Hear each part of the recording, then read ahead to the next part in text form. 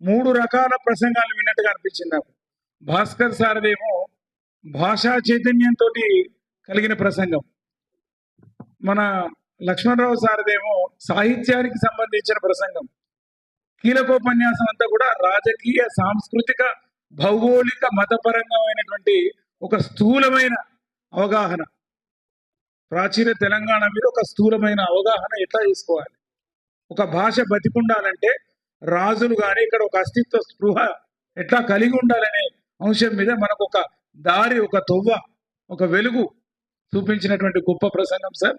నిజానికి వారి పుస్తకం తెలంగాణలో మనకు పూర్తి స్థాయి ఒక చారిత్రక ఆధారాలు, మూలాలు, పునాదులు అన్ని కూడా కావాలంటే ముంగిలి అంటే ఒక పెద్ద దర్వాజలాగా అట్లాంటి ఒక మనకు పనికొస్తుంది ఒక ఆకారం.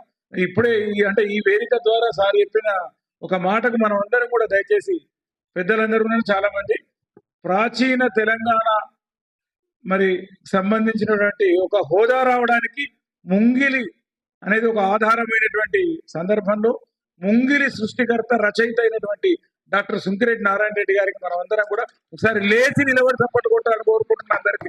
Thank you sir. మీరు మీరు మీరు మా దగ్గర ఉండడం చాలా గర్వకారణం. వాళ్ళ ఈ సదస్సు కూడా ఒక మొహంలో ఒక కుంకుమ బొట్టులాగా, సింధూరం లాగా, పాపిటి సింధూరం లాగా అనిపించింది మీరు రావడం.